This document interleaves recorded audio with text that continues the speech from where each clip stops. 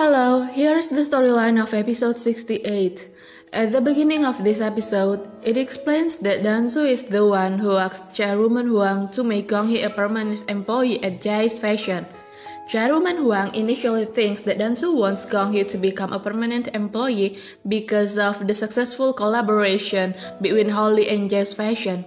But then Dansu tells Chairwoman Huang that he would never have revealed his face to the public if not for Gong-hee. Dansu also explains to Chairwoman Huang that Gong-hee's family is not a rich family, but Gong-hee always brings her mother to buy clothes at Jai's Fashion because the prices are affordable and Gong-hee loves Jai's Fashion so much that love makes Gong-hee go this far for Jai's Fashion. According to Dansu, it would be a great loss if the company does not make Gong-hee, who is very competent, a permanent employee. Seeing Dansu care about the company and employees makes Chairwoman Huang serious about appointing Dansu as her successor. But Dansu wants a challenge. He wants Min-ki to also be appointed as a candidate for the successor to Jai's Fashion. And the best four performer is chosen as Chairwoman Huang's successor. After Min-ki finds out that he is appointed as a candidate to succeed Chairwoman Huang, he doesn't know whether to thank Dansu or not. But one thing is for sure, he won't give Dansu any space if he is chosen to succeed Chairwoman Huang. Then, the early storyline tells about Dansu, who feels that Gong-hee is indeed surprised by the fact that he is Chairwoman Huang's grandson. But according to him, Gong-hee is not too surprised. He wants Gong-hee to acknowledge him as a director, but he doesn't know how. Therefore, Jung-sung suggests holding a team dinner to welcome Dansu, who joins as managing director.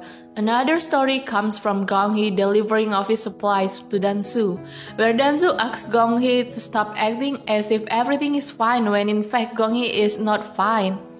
According to Dansu, Gong-hee has to reject the injustice where Gong-hee is now a permanent employee and Gong-hee shouldn't have been asked to deliver office supplies because that isn't Gong-hee's job description.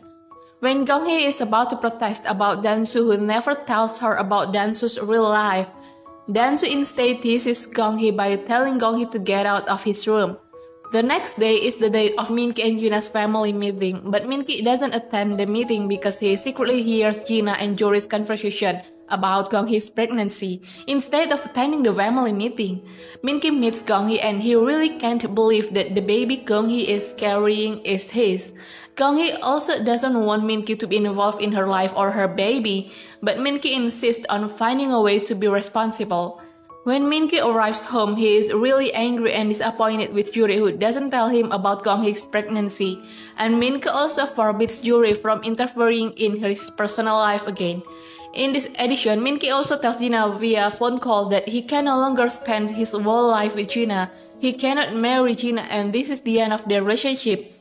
The next day, Jina forces Gong-hee to have an abortion, but luckily Hongdan saves Gong-hee by telling Gong-hee that Dansu calls Gong-hee so Gong-hee can get away from Jina. Gong-hee enters Dansu's room where Dansu asks Gong-hee to tell him what is really happening to Gong-hee. Gong-hee just stares at Dansu. She really wants Dansu to hold her so she wouldn't fall. She really needs Dansu right now. Okay everyone, that's the storyline this time.